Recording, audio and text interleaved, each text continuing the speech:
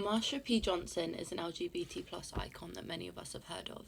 However, due to her being in the public eye, a lot of the information that I've heard about her is not correct, so I just wanted to share some of the information that I've gathered. However, when talking about Marsha, there is an issue with how we talk about her. Marsha P. Johnson was a self-identified drag queen, and she also used the outdated term transvestite. Because of this, when I'm talking about Marsha, I will be using she, her pronouns, because I believe that she would have been comfortable with those pronouns. It is widely believed that if Marsha was aware of the term trans woman, that is how she identified. Of course, we do not know this, and we can't ask her.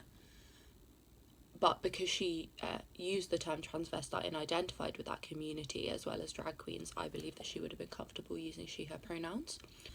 Marsha P. Johnson is most famous for the events of the Stonewall riots, which took place on June 28th, 1969. Early on Saturday morning, a riot broke out at the Stonewall Inn. There is a lot of information about this event. Specifically, I will try and link some of my favourite sources below. But it is believed that Marsha threw the first brick at Stonewall, which started the riot, which is how the LGBT plus community started to gain rights. However, the story of her throwing the first brick at Stonewall is entirely unverified. Marsha herself denied it. There are also claims of her throwing a shot glass, which are also widely disputed. Marsha actually claimed that she arrived 30 minutes into the riots, so it would have been quite hard for her to be there to throw the first brick to start them.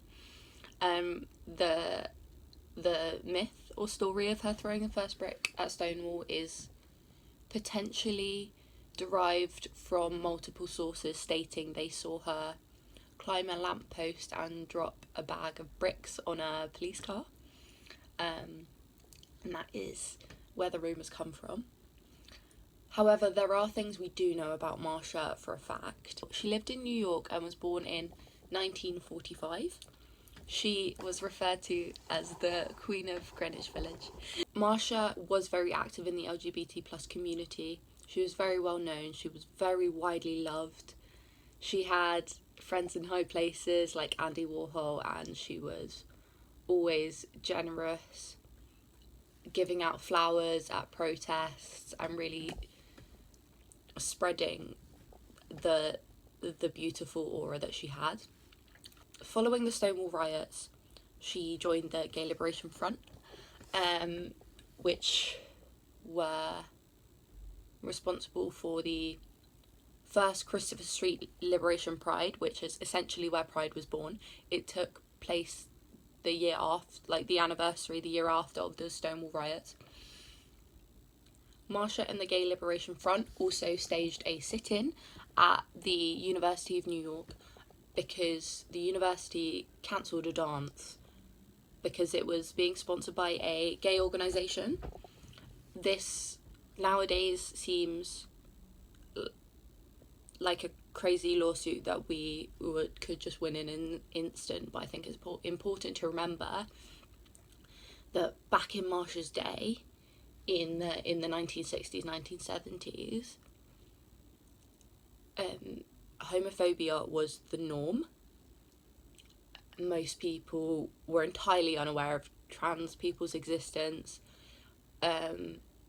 Gay and lesbian people were hated and attacked in the streets, and it was ignored by police because the police themselves were homophobic. In 1972, Marsha P. Johnson, along with Sylvia Rivera, established Star House. Star House was a shelter for gay and trans youth living on the streets. Marsha P. Johnson and Sylvia Rivera were sex workers, which is how they funded the rent on the house that they used to shelter these young people. In Star House, there was a massive element of chosen family, in which Marsha was the drag mother, along with Sylvia.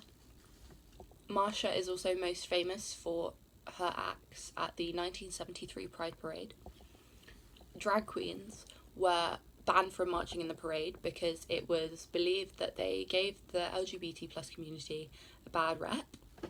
However, to combat this, Marsha and Sylvia decided to march ahead of the parade, so they were essentially leading it. On July 6th, 1992, Marsha P. Johnson was found dead at the age of 46. The police initially ruled this as a suicide. However, due to massive uprising from the community, they reopened the case, and it is widely believed that it was homicide.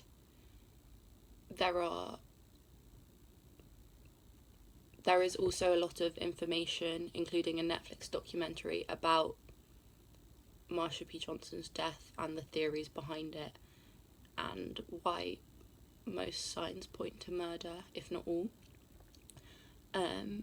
which I can link below.